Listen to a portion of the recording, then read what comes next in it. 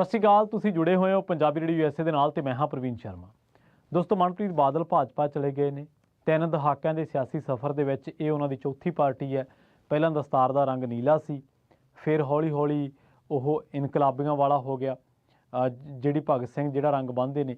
ਤਾਂ ਉਸ ਤੋਂ ਬਾਅਦ ਬਸੰਤੀ ਰੰਗ ਕਹਿ ਸਕਦੇ ਆਪਾਂ ਉਹਨੂੰ।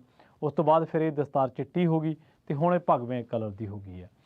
9 ਵਾਰ ਉਹਨਾਂ ਨੇ ਬਜਟ ਪੇਸ਼ ਕੀਤਾ ਹੈ ਅਤੇ ਗਿੱਦੜਬਾਹੇ ਦੇ ਵਿੱਚ ਉਹਨਾਂ ਨੇ ਉਦੋਂ ਜਿੱਤ ਦਰਜ ਕੀਤੀ ਸੀ ਜਦੋਂ ਜਿਹੜੀ ਸਰਕਾਰ ਆ ਉਹਦੀ ਸਾਰੀ ਮਸ਼ੀਨਰੀ ਇੱਕ ਪਾਸੇ ਸੀ।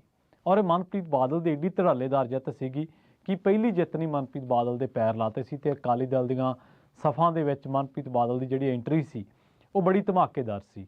ਇਹਦੇ ਵਿੱਚ ਕੋਈ ਦੋ ਰਾਏ ਨਹੀਂ ਕਿ ਲੋਕ ਉਹਨਾਂ ਨੂੰ ਬੜੇ ਜ਼ਹੀਨ, ਬੜੇ ਲਿਆਕਤ ਵਾਲੇ ਲੀਡਰ ਦੇ ਤੌਰ 'ਤੇ ਦੇਖਦੇ ਰਹੇ। ਪਰ ਹੌਲੀ ਹੌਲੀ ਮਨਪ੍ਰੀਤ ਬਾਦਲ ਜਿਵੇਂ ਸਿਆਸੀ ਅਸੂਲਾਂ ਤੋਂ ਥੜਕੇ ਤਾਂ ਲੋਕ ਉਹਨਾਂ ਨੂੰ ਹੋਰ ਨਜ਼ਰੀਏ ਨਾਲ ਵੀ ਦੇਖਣ ਲੱਗ ਪਏ। ਸਬਸਿਡੀਆਂ ਦੀ ਉਹਨਾਂ ਨੇ ਗੱਲ ਕੀਤੀ ਸੀ ਉਦੋਂ ਜਦੋਂ ਪੰਜਾਬ ਉੱਤੇ ਪੂਰਾ ਕ੍ਰਾਈਸਿਸ ਸੀਗਾ, ਉਦੋਂ ਗੱਲ ਕੀਤੀ ਉਹਨਾਂ ਨੇ। ਇਹ ਗੱਲ 2010-11 ਦੇ ਨੇੜੇ ਤੇੜ ਦੀ ਹੈ। ਉਸ ਤੋਂ ਬਾਅਦ ਜਿਵੇਂ ਕਾਂਗਰਸ ਜੁਆਇਨ ਕੀਤੀ ਤਾਂ ਲੋਕਾਂ ਨੇ ਕਿਹਾ ਕਿ ਤੁਸੀਂ ਕਿਹੜਾ ਖਾਬ ਲੈ ਕੇ ਚੱਲੇ ਸੀਗੇ ਅਤੇ ਹੁਣ ਤੁਸੀਂ ਕਿੱਥੇ ਆ ਡਿੱਗੇ। ਉਸੇ ਕਾਂਗਰਸ ਨੂੰ ਉਹ ਨਿੰਦਦੇ ਰਹੇ, ਭੰਡਦੇ ਰਹੇ। ਪਹਿਲਾਂ ਜਦੋਂ ਅਕਾਲੀ ਦਲ 'ਚੋਂ ਨਿਕਲੇ ਤਾਂ ਅਕਾਲੀ ਦਲ ਅਤੇ ਭਾਜਪਾ ਨੂੰ ਭੰਡਦੇ ਰਹੇ, ਕਾਂਗਰਸ ਨੂੰ ਵੀ ਭੰਡਦੇ ਰਹੇ। ਫਿਰ ਕਾਂਗਰਸ ਚਲੇ ਗਏ, ਅਕਾਲੀ ਦਲ ਭਾਜਪਾ ਨੂੰ ਭੰਡਦੇ ਰਹੇ, ਆਮ ਆਦਮੀ ਪਾਰਟੀ ਨੂੰ ਭੰਡਦੇ ਰਹੇ। ਹੁਣ ਭਾਜਪਾ ਚਲੇ ਗਏ ਨੇ, ਹੁਣ ਪਤਾ ਨਹੀਂ ਕਿਹਨੂੰ ਭੰਡਣਗੇ। ਪਰ ਚਲੋ ਖੈਰ, ਇਹ ਉਹਨਾਂ ਦਾ ਸਿਆਸੀ ਸਫ਼ਰ ਹੈ। ਹਰ ਇੱਕ ਬੰਦਾ ਆਪਣੀ ਮਰਜ਼ੀ ਦੇ ਮੁਤਾਬਕ ਫੈਸਲੇ ਲੈਣ ਨੂੰ ਆਜ਼ਾਦ ਆ, ਅਸੀਂ ਕਿਸੇ ਨੂੰ ਰੋਕ ਨਹੀਂ ਸਕਦੇ। ਪਰ ਇਹ ਇੱਕ ਸੰਕਟ ਆ ਬਹੁਤ ਵੱਡਾ, ਜਿਹਨੂੰ ਸਮਝਣ ਦੀ ਲੋੜ ਆ। ਇਹ ਜਿਹੜੇ ਸਿਆਸੀ ਲੋਕ ਨੇ, ਵੈਸੇ ਤਾਂ ਜੇ ਮੈਂ ਕਹਾਂ ਕਿ ਉਹਨਾਂ ਨੇ ਆਹ ਕੀਤਾ, ਉਹਨਾਂ ਨੇ ਤਰ੍ਹਾਂ ਤਰ੍ਹਾਂ ਦੇ ਐਲੀਗੇਸ਼ਨ ਮਨਪ੍ਰੀਤ ਬਾਦਲ 'ਤੇ ਲੱਗਦੇ ਰਹੇ। ਬਠਿੰਡਾ ਰਿਫਾਈਨਰੀ 'ਚੋਂ ਮਾਈਨਿੰਗ ਦੀਆਂ ਜਦੋਂ ਸਰੂਪ ਚੰਦ ਸਿੰਗਲਾ ਨੇ ਵੀਡੀਓਜ਼ ਪਾਈਆਂ, ਉਹਦੇ ਐਲੀਗੇਸ਼ਨ ਲੱਗੇ। ਗੁੰਡਾ ਟੈਕਸ ਦੇ ਵਿੱਚ ਨੇੜਲਿਆਂ ਦੇ ਨਾਂ ਆਉਂਦੇ ਰਹੇ। ਇਸੇ ਤਰ੍ਹਾਂ GST ਦੀ ਤਾਰੀਫ ਕਰਨ ਦੇ ਮਸਲੇ ਦੇ ਵਿੱਚ ਇਸ ਤਰ੍ਹਾਂ ਬਹੁਤ ਸਾਰੇ ਐਲੀਗੇਸ਼ਨਜ਼ ਮਨਪ੍ਰੀਤ ਬਾਦਲ ਦੇ ਸਿਆਸੀ ਸਫ਼ਰ 'ਤੇ ਰਹੇ। ਪਰ ਅੱਜ ਆਪਾਂ ਗੱਲ ਮਨਪ੍ਰੀਤ ਬਾਦਲ ਦੀ ਨਹੀਂ, ਕਿਉਂਕਿ ਕਿਰਦਾਰਕੁਸ਼ੀ ਕਰਨਾ ਹੋਰ ਲੋਕਾਂ ਦਾ ਕੰਮ ਹੋ ਸਕਦਾ, ਕਰੈਕਟਰ ਅਸਾਸੀਨੇਟ। ਪਰ ਸਾਡਾ ਕੰਮ ਹੋਣਾ ਚਾਹੀਦਾ ਉਹ ਲੋਕਾਂ ਨੂੰ, ਪੋਲੀਟੀਕਲ ਲੋਕਾਂ ਨੂੰ ਅਕਾਊਂਟੇਬਲ ਕਰਨ ਦਾ, ਜਵਾਬਦੇਹ ਕਰਨ ਦਾ। ਕਿ ਜਿਹੜੀ ਸਿਆਸਤ ਹੈ, ਸਭ ਤੋਂ ਵੱਡਾ ਅਤੇ ਅਹਿਮ ਸਵਾਲ ਹੈ ਮਨਪ੍ਰੀਤ ਬਾਦਲ ਜਾਂ ਹੋਰ ਉਹ ਲੋਕ ਜਿਹੜੇ ਤਾਕ ਦੇ ਵਿੱਚ ਹੀ ਬੈਠੇ ਰਹਿੰਦੇ ਨੇ ਕਿ ਕਿਹੜੀ ਪਾਰਟੀ ਸੱਤਾ ਦੇ ਵਿੱਚ ਆਊਗੀ ਅਤੇ ਫਿਰ ਉਹਦੇ 'ਚ ਜਾਵਾਂਗੇ। ਜੀਤ ਮਹਿੰਦਰ ਸਿੱਧੂ, ਤੁਸੀਂ ਉਹਨਾਂ ਦਾ ਕਦੇ ਪ੍ਰੋਫਾਈਲ ਕੱਢ ਕੇ ਦੇਖਿਓ, ਉਹ ਵੀ ਇੱਦਾਂ ਹੀ ਹੈ। ਅਕਾਲੀ ਦਲ ਕਾਂਗਰਸ, ਕਾਂਗਰਸ ਅਕਾਲੀ ਦਲ, ਅਕਾਲੀ ਦਲ ਕਾਂਗਰਸ, ਇਸੇ ਤਰ੍ਹਾਂ। ਇਸ ਤਰ੍ਹਾਂ ਆਮ ਆਦਮੀ ਪਾਰਟੀ ਦੇ ਵਿੱਚ ਵੀ ਬਥੇਰੇ ਲੀਡਰ ਨੇ ਜਿਹੜੇ ਪਹਿਲਾਂ ਅਕਾਲੀ ਦਲ ਦੇ ਵਿੱਚ ਵੀ ਜ਼ੋਰ ਮਾਰ ਕੇ ਆਏ, ਫਿਰ ਕਾਂਗਰਸ ਦੇ ਵਿੱਚ ਵੀ ਜ਼ੋਰ ਮਾਰ ਕੇ ਦੇਖਿਆ, ਫਿਰ ਆਮ ਆਦਮੀ ਪਾਰਟੀ ਦੇ ਵਿੱਚ ਵੀ ਜ਼ੋਰ ਮਾਰ ਕੇ ਦੇਖਿਆ। ਬਥੇਰੇ ਲੀਡਰ ਨੇ। ਸੋ ਇਹ ਸਿਆਸੀ ਮੌਕਾ ਪ੍ਰਸਤੀ ਕਿਉਂ? ਕਿ ਜਿਹੜੀ ਸਿਆਸਤ ਸਾਡੀ, ਕੀ ਉਹਦੇ 'ਚੋਂ ਮਾਇਨੇ, ਜਿਹੜੇ ਅਸੂਲ ਨੇ, ਐਥਿਕਸ ਨੇ, ਸਿਧਾਂਤ ਨੇ, ਕਿ ਇਹ ਸਭ ਚੀਜ਼ ਹੁਣ ਮਾਇਨੇ ਨਹੀਂ ਰੱਖਦੀ? ਕਿ ਸਿਆਸੀ ਲੋਕਾਂ ਦੀ ਜਿਹੜੀ ਭੁੱਖ ਉਹ ਸਿਰਫ ਸੱਤਾ ਤੱਕ ਹੀ ਹੈ? ਕਿ ਜਿਹੜੀ ਇੱਕ ਆਪੋਜੀਸ਼ਨ ਦੀ ਭੂਮਿਕਾ 'ਚ ਲੀਡਰ ਹੋਣਾ ਚਾਹੀਦਾ ਵਾ, ਕਿ ਉਸ ਭੂਮਿਕਾ 'ਚ ਹੁਣ ਲੀਡਰ ਆਉਣਾ ਨਹੀਂ ਚਾਹੁੰਦੇ? ਕਿਉਂਕਿ ਜਿਵੇਂ ਆਪਾਂ ਦੇਖਦੇ ਹਾਂ ਕਿ ਜਿਵੇਂ ਵਿਰੋਧੀ ਪਾਰਟੀ ਦਾ ਰਾਜ ਆਉਂਦਾ ਤਾਂ ਉੱਧਰ ਨੂੰ ਲੋਕਾਂ ਦਾ ਉਲਾਰ ਹੋ ਜਾਂਦਾ, ਸਿਆਸੀ ਲੋਕਾਂ ਦਾ। ਅਤੇ ਇਹ ਉਲਾਰ ਕਿਉਂ? ਸਿਆਸੀ ਲੋਕਾਂ ਦੇ ਵਿੱਚ ਸਿਆਸੀ ਸਪਸ਼ਟਤਾ ਅਤੇ ਸਟੈਂਡ ਦੀ ਕਮੀ ਕਿਉਂ ਹੈ? ਪੰਜਾਬ ਸਮੇਤ ਤੁਹਾਨੂੰ ਦਰਜਨਾਂ ਅਜਿਹੇ ਲੋਕ ਮਿਲ ਜਾਣਗੇ ਜਿਹੜੇ ਮੌਕੇ ਦੇ ਮੁਤਾਬਕ ਫੈਸਲੇ ਲੈਂਦੇ ਨੇ, ਜਿਨ੍ਹਾਂ ਨੂੰ ਮੌਸਮੀ ਵਿਗਿਆਨੀ ਵੀ ਕਿਹਾ ਜਾਂਦਾ। ਇੱਥੇ ਭਾਰਤ ਦੀ ਸਿਆਸਤ ਦੇ ਵਿੱਚ ਤੁਹਾਨੂੰ ਐਸੇ ਲੋਕ, ਪੱਛਮੀ ਬੰਗਾਲ 'ਚ ਚੋਣਾਂ ਹੋਈਆਂ ਸੀ, TMC ਦੇ ਕਿੰਨੇ ਹੀ ਵੱਡੇ ਲੀਡਰ BJP 'ਚ ਚਲੇ ਗਏ। ਔਰ BJP ਕੋਲ ਇੱਕ ਐਸੀ ਵਾਸ਼ਿੰਗ ਮਸ਼ੀਨ ਹੈ ਜਿਹਦੇ ਤਹਿਤ ਜਿਹੜਾ ਬੰਦਾ ਇਹਨਾਂ ਨੂੰ ਜੁਆਇਨ ਕਰਦਾ ਵਾ ਉਹ ਕਲੀਨ ਹੋ ਜਾਂਦਾ, ਉਹਦੇ ਮਗਰ ਕੋਈ ਜਾਂਚ ਨਹੀਂ। ਇਸੇ ਤਰ੍ਹਾਂ ਸੇਮ ਸਿਨਾਰੀਓ ਇੱਥੇ ਆ ਪੰਜਾਬ ਦੇ ਵਿੱਚ। ਜਿੰਨੇ ਲੀਡਰ ਗਏ ਨੇ ਉਹਨਾਂ 'ਤੇ ਕੋਈ ਨਾ ਕੋਈ ਕੇਸ ਚੱਲਦਾ ਸੀ। ਸੁਨੀਲ ਜਾਖੜ ਨੂੰ ਛੱਡ ਦਿੰਦੇ ਆਪਾਂ, ED ਦੀਆਂ ਫਾਈਲਾਂ ਚੱਲੀਆਂ ਅਤੇ ਕੈਪਟਨ ਸਾਹਿਬ ਦੇ ਰੋਖੀ ਕੁਛ ਹੋਰ ਹੋ ਗਏ ਭਾਜਪਾ ਨੂੰ ਲੈ ਕੇ। ਇਸ ਤਰ੍ਹਾਂ ਜਿਹੜੇ ਹੋਰ ਲੋਕਾਂ ਦੇ ਹੁਣ ਨਾਂ ਆ ਰਹੇ ਨੇ ਘੁਟਾਲਿਆਂ ਦੇ ਵਿੱਚ, ਉਹ ਵੀ BJP ਦੇ ਸ਼ਰਨ ਦੇ ਵਿੱਚ ਨੇ ਕਿ ਕਾਸ਼ ਸਾਨੂੰ ਕੋਈ ਐਸਾ ਆਸਰਾ, ਐਸੀ ਢੋਈ ਮਿਲ ਜਾਏ ਜਿਹਦੇ ਨਾਲ ਅਸੀਂ ਬਚ ਜਾਈਏ। ਕੀ ਇਹ ਜਾਇਜ਼ ਆ? ਅੱਜ ਕਾਂਗਰਸ ਦੇ 6 ਮੰਤਰੀ ਬੈਠੇ ਨੇ ਭਾਜਪਾ ਦੇ ਵਿੱਚ। ਕਿ ਇਸ ਤਾਕ ਦੇ ਵਿੱਚ ਕਿ ਕਾਂਗਰਸ ਨੂੰ ਵੀ ਪਰਖ ਲਿਆ ਲੋਕਾਂ ਨੇ, ਆਮ ਆਦਮੀ ਪਾਰਟੀ ਤੋਂ ਵੀ ਚਾਅ ਮੱਠਾ ਹੋ ਗਿਆ, ਅਕਾਲੀ ਦਲ ਦੀ ਹਾਲਤ ਵੀ ਮਾੜੀ ਹੈ, ਅਤੇ ਕਿਉਂ ਨਾ ਹੁਣ ਇੱਧਰ ਜਿਹੜਾ ਵਾ ਜ਼ੋਰ ਲਾਇਆ ਜਾਵੇ। ਮੈਂ ਪਹਿਲਾਂ ਕਹਿ ਚੁੱਕਿਆ ਹਾਂ ਕਿ ਮਨਪ੍ਰੀਤ ਬਾਦਲ, ਚਾਹੇ ਹੋਰ ਜਿੰਨੇ ਵੀ ਲੋਕ ਨੇ, ਚਾਹੇ ਉਹ ਕੈਪਟਨ ਅਮਰਿੰਦਰ ਸਿੰਘ ਨੇ, ਚਾਹੇ ਕੋਈ ਵੀ ਹੈ, ਉਹਨੂੰ ਹੱਕ ਆਪਦੇ ਫੈਸਲੇ ਲੈਣ ਦਾ।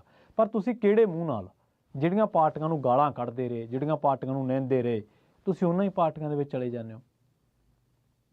ਲੋਕ ਵੀ ਸਟੈਂਡ ਰੱਖਦੇ ਨੇ। ਲੋਕ ਵੀ ਜੇ ਕੋਈ ਪਿੰਡ ਦੇ ਵਿੱਚ ਕਿਸੇ ਤਰ੍ਹਾਂ ਦਾ ਕੋਈ ਵਾਅਦਾ ਕਰ ਦੇਵੇ ਤਾਂ ਉਹਨੂੰ ਕਹਿੰਦੇ ਨੇ ਕਿ ਭਾਈ ਤੂੰ ਸਾਡੇ ਟਾਈਮ ਫਲਾਣੇ ਸਿਰ ਸਾਡੇ ਸਿਰ ਵਾਅਦਾ ਕੀਤਾ ਸੀ, ਕੋਈ ਗੱਲ ਨਹੀਂ, ਜਦੋਂ ਸਾਡਾ ਟਾਈਮ ਆਊਗਾ ਦੇਖਾਂਗੇ। ਲੋਕ ਵੀ ਸਟੈਂਡ ਰੱਖਦੇ ਨੇ, ਪਰ ਪੋਲੀਟੀਕਲ ਲੋਕਾਂ ਦਾ ਸਟੈਂਡ ਕਿਉਂ ਨਹੀਂ ਹੈ?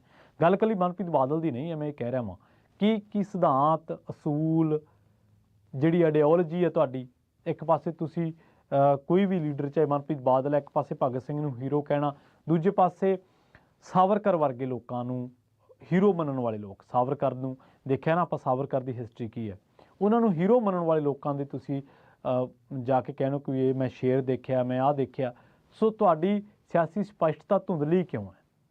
ਤੁਹਾਡੇ ਦੇ ਵਿੱਚ ਜਿਹੜੀ ਤੁਹਾਡੀ ਇੱਕ ਆਈਡੀਓਲੋਜੀ ਹੁੰਦੀ ਹੈ, ਇੱਕ ਵਿਚਾਰ ਹੁੰਦਾ ਹੈ ਕਿ ਮੈਂ ਆਪਦੇ ਵਿਚਾਰ ਮੁਤਾਬਕ ਮੈਂ ਫਲਾਂ ਪਾਰਟੀ ਨੂੰ ਮੈਂ ਸਪੋਰਟ ਕਰਦਾ ਵਾਂ। ਬਥੇਰੇ ਲੀਡਰ ਐਸੇ ਮਿਲਣਗੇ ਤੁਹਾਨੂੰ ਜਿਨ੍ਹਾਂ ਨੇ ਤਾਉਮਰ ਪਾਰਟੀਆਂ ਨਹੀਂ ਬਦਲੀਆਂ, ਭਾਵੇਂ ਉਹਨਾਂ ਨੂੰ ਟਿਕਟ ਮਿਲੀ ਚਾਹੇ ਨਹੀਂ ਮਿਲੀ, ਪਰ ਹੁਣੇ ਬਹੁਤ ਘੱਟ ਲੋਕ ਨੇ।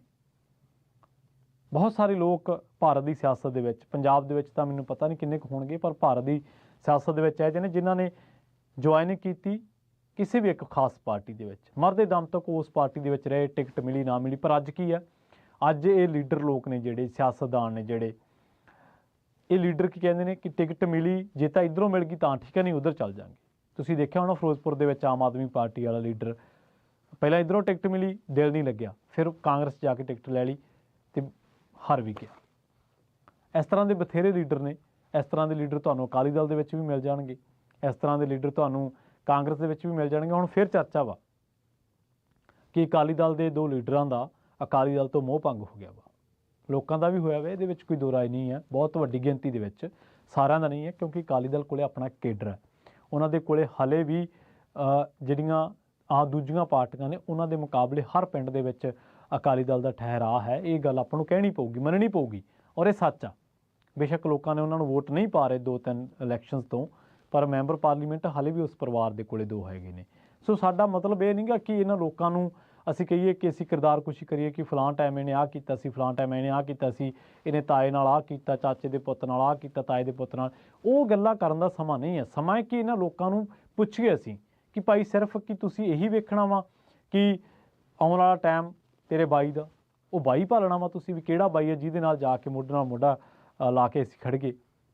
ਬਹੁਤ ਸਾਰੇ ਲੋਕ ਨੇ, ਤੁਹਾਨੂੰ ਕਾਂਗਰਸ ਦੇ ਵਿੱਚ ਹੀ ਐਸੇ ਲੋਕ ਮਿਲ ਜਾਣਗੇ ਜਿਹੜੇ ਲੋਕ 2007-08 ਤੋਂ ਲੈ ਕੇ ਅਕਾਲੀ ਦਲ ਦਾ ਰਾਜ ਰਿਹਾ 2017 ਤੱਕ, ਉਹ ਕਾਂਗਰਸ ਦੇ ਵਿੱਚ ਰਹੇ। ਕਾਂਗਰਸ ਦਾ ਰਾਜ ਆ, ਉਹਨਾਂ ਦੀ ਸੁਣਵਾਈ ਨਹੀਂ ਹੋਈ, ਪਰ ਫਿਰ ਵੀ ਉਹ ਕਾਂਗਰਸ 'ਚ ਰਹੇ। ਅੱਜ ਵੀ ਹੈਗੇ ਨੇ ਬਥੇਰੇ ਲੋਕ। ਇਸ ਤਰ੍ਹਾਂ ਅਕਾਲੀ ਦਲ ਦੇ ਵਿੱਚ ਵੀ ਨੇ ਜਿਹੜੇ ਲੋਕ ਜਜ਼ਬਾਤੀ ਤੌਰ 'ਤੇ ਪ੍ਰਕਾਸ਼ ਸਿੰਘ ਬਾਦਲ ਦੇ ਨਾਲ ਜੁੜੇ ਹੋਏ ਨੇ, ਉਹ ਹੈਗੇ ਨੇ, ਉਹ ਨਹੀਂ ਬਦਲਦੇ। ਉਹ ਕਹਿੰਦੇ ਸਾਨੂੰ ਆਪਦਾ ਸਟਾਂਸ ਠੀਕ ਹੈ, ਅਸੀਂ ਆਪਦੀ ਵਿਚਾਰਧਾਰਾ 'ਤੇ ਖੜ੍ਹੇ ਹਾਂ। ਬੇਸ਼ੱਕ ਅਕਾਲੀ ਦਲ 'ਤੇ ਵੀ ਤਰ੍ਹਾਂ ਦੇ ਇਲਜ਼ਾਮ ਲੱਗ ਰਹੇ ਨੇ, ਇਹਦੇ ਵਿੱਚ ਕੋਈ ਦੋਰਾਏ ਨਹੀਂ, ਪਰ ਉਹ ਪਰਨਾਏ ਹੋਏ ਤਾਂ ਹੈਗੇ ਨੇ, ਉਹਨਾਂ ਦਾ ਸਟੈਂਡ ਤਾਂ ਕੋਈ ਹੈ ਨਾ। ਪੰਜਾਬ ਦੇ ਵਿੱਚ ਬਹੁਤ ਸਾਰੇ ਸਿਆਸਤਦਾਨ ਇਹੋ ਜਿਹੇ ਨੇ ਜਿਹੜੇ ਤੁਹਾਨੂੰ ਹਰ ਰੋਜ਼ ਨਵੀਆਂ ਪਾਰਟੀਆਂ ਬਦਲਦੇ ਜਿਹੜੇ ਨਜ਼ਰ ਆਉਣਗੇ। ਸਾਡਾ ਮਕਸਦ ਇਹ ਨਹੀਂ ਹੈ ਕਿ ਅਸੀਂ ਕਿਸੇ ਨੂੰ ਬਦਲਣ ਤੋਂ ਰੋਕੀਏ, ਬਦਲੇ ਬੇਸ਼ੱਕ ਬਦਲੇ, ਪਰ ਸਵਾਲ ਇੱਕ ਬੁਨਿਆਦੀ ਸਵਾਲ ਇਹ ਹੈ ਕਿ ਕੀ ਜਦੋਂ ਤੁਸੀਂ ਪਾਰਟੀ ਬਦਲ ਲੈਂਦੇ ਹੋ ਕਿ ਉਹ ਪਾਰਟੀ ਚੰਗੀ ਹੋ ਜਾਂਦੀ ਹੈ? ਤੁਸੀਂ ਅਤੀਤ ਦੇ ਵਿੱਚ ਗਲਤ ਸੀਗੇ ਜਾਂ ਤੁਸੀਂ ਹੁਣ ਗਲਤ ਹੋ? ਸਟੈਂਡ 'ਤੇ ਸਪਸ਼ਟ ਕਰੋ ਨਾ। ਇਸੇ ਕਰਕੇ ਚਾਹੇ ਕੱਲ੍ਹ ਨੂੰ ਆਉਣ ਵਾਲੇ ਦਿਨਾਂ ਦੇ ਵਿੱਚ ਤੁਸੀਂ ਦੇਖੋ ਕਿ ਇਹ ਤਾਂ ਕੁਛ ਵੀ ਨਹੀਂਗਾ। ਪੰਜਾਬ ਦੇ ਬਹੁਤੇ ਜਿਹੜੇ ਮੌਕਾ ਪ੍ਰਸਤ ਟਾਈਪ ਲੋਕ ਨੇ, ਜਿਹੜੇ ਸਿਆਸਤ ਦੇ ਵਿੱਚੋਂ ਮੌਕੇ ਲੱਭਦੇ ਰਹਿੰਦੇ ਨੇ, ਉਹ ਆਉਣ ਵਾਲੇ ਦਿਨਾਂ ਦੇ ਵਿੱਚ ਹੋਰ ਵੀ ਬਥੇਰੇ ਲੀਡਰ ਤੁਹਾਨੂੰ ਭਾਜਪਾ ਦੀ ਝੋਲੀ ਦੇ ਵਿੱਚ ਡਿੱਗਦੇ ਨਜ਼ਰ ਆਉਣਗੇ, ਜਿਨ੍ਹਾਂ ਨੂੰ ਇਹ ਲੱਗਦਾ ਕਿ ਜਿੱਧਰ ਚਲੇ ਗਏ ਤਾਂ ਵਿਜੀਲੈਂਸ ਤੋਂ ਬਚ ਜਾਵਾਂਗੇ, ਈਡੀ ਤੋਂ ਬਚ ਜਾਵਾਂਗੇ, CBI ਤੋਂ ਬਚ ਜਾਵਾਂਗੇ। ਪਰ ਇਹ ਨਹੀਂ ਚਾਹੀਦਾ। ਲੋਕਾਂ ਨੂੰ ਚਾਹੀਦਾ ਕਿ ਇਹਨਾਂ ਲੋਕਾਂ ਨੂੰ ਅਕਾਊਂਟੇਬਲ ਬਣਾਇਆ ਜਾਵੇ, ਇਹਨਾਂ ਨੂੰ ਕਿਹਾ ਜਾਵੇ ਭਾਈ ਪਹਿਲਾਂ ਤੁਹਾਡਾ ਸਟੈਂਡ ਸਪਸ਼ਟ ਕਰ ਦਿਓ, ਉਸ ਤੋਂ ਬਾਅਦ ਵੋਟਾਂ ਮੰਗਣਾ ਹੈ ਸਾਡੇ ਕੋਲ। ਜਿਹਦੇ ਬੰਦੇ ਦੀ ਆਈਡੀਓਲੋਜੀ ਨਹੀਂ ਸਪਸ਼ਟ, ਜਿਹਦਾ ਸਟੈਂਡ ਹੀ ਨਹੀਂ ਸਪਸ਼ਟ, ਉਹਦਾ ਏਜੰਡਾ ਕੀ ਹੋਊਗਾ, ਉਹ ਵਿਜ਼ਨ ਕੀ ਦੇ ਦੂਗਾ ਲੋਕਾਂ ਨੂੰ। ਬਹੁਤ ਬਹੁਤ ਧੰਨਵਾਦ।